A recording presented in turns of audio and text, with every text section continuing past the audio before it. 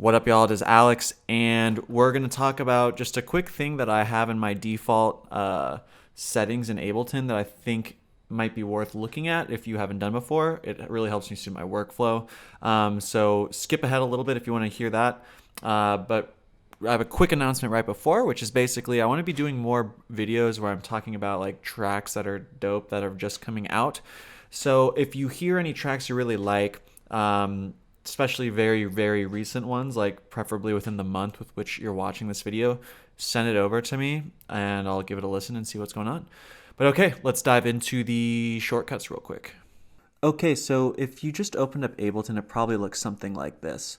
Now, check this out. If you press Command or Control K, everything's going to turn orange. And this means you can make presets where the stuff, or make hotkeys rather, wherever it's orange.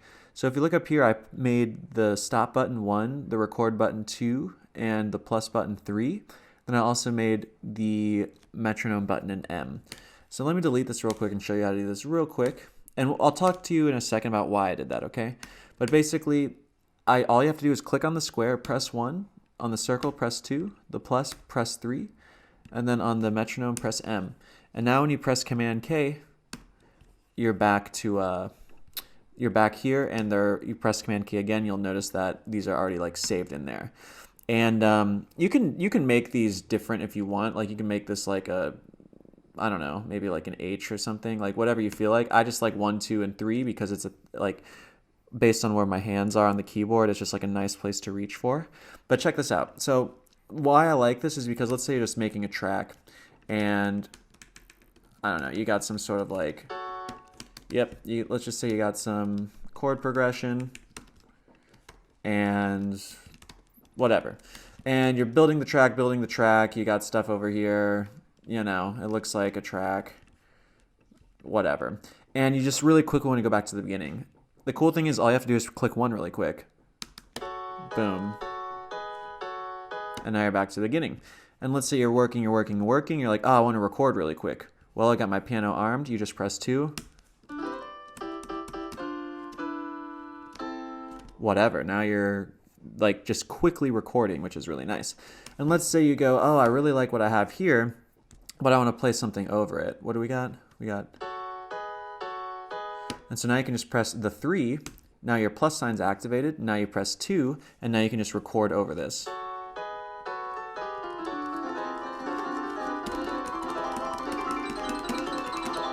Whatever, you get it.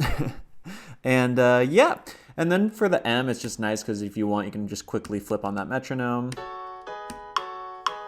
So let's say you're like, this is really nice, especially if you're recording someone, and they're just like, see, I'm recording.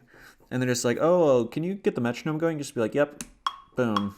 And then you're good to go.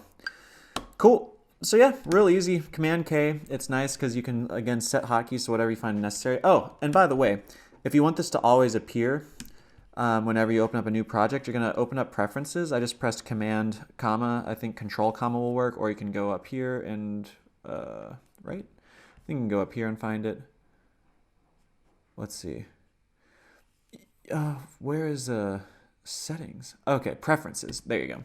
You go up here and get it, and then if you go to look and feel, is that right?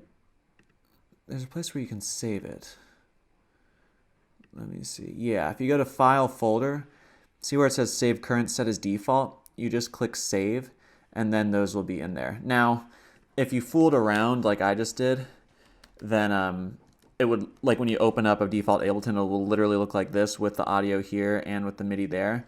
So, you know, you can make sure you have it however you want. If you want it sort of like the default, it'll be kind of like this. And then again, you go to your preferences, save current set as default, you click save, and then the next time you open up your set, it will already have those built in, and then you can just keep using them. So, yeah, there you have it. So yeah, hopefully that helps you out, okay? It's really easy, really cool.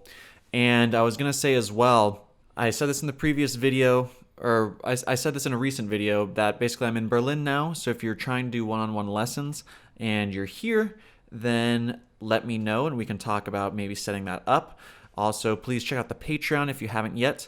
You can subscribe to 3 different tiers. The first tier is just $3. It gives me a little support. It's really nice. For 5, you can get some track feedback. You also get a link to download all these great samples I recorded in just like one click. That makes it way easier. Because right now you can download these samples on my channel, but you have to like go to each video and individually download it. This way it's over like 40, I think, samples taken in Detroit, Austin, Toledo, some other places, I think. At least one other place. But yeah, it's cool. And then for 35, you get all of that plus a one-on-one lesson, which we can do over Zoom or in person potentially if you're in my area. So yeah, and in those we can, talk about other tracks. We can talk about mixing. We can talk about production. We can talk about, within reason, whatever you want, I guess. So yeah, we can also just talk about like mentality too, which is kind of fun. But all right, thanks for watching and adios.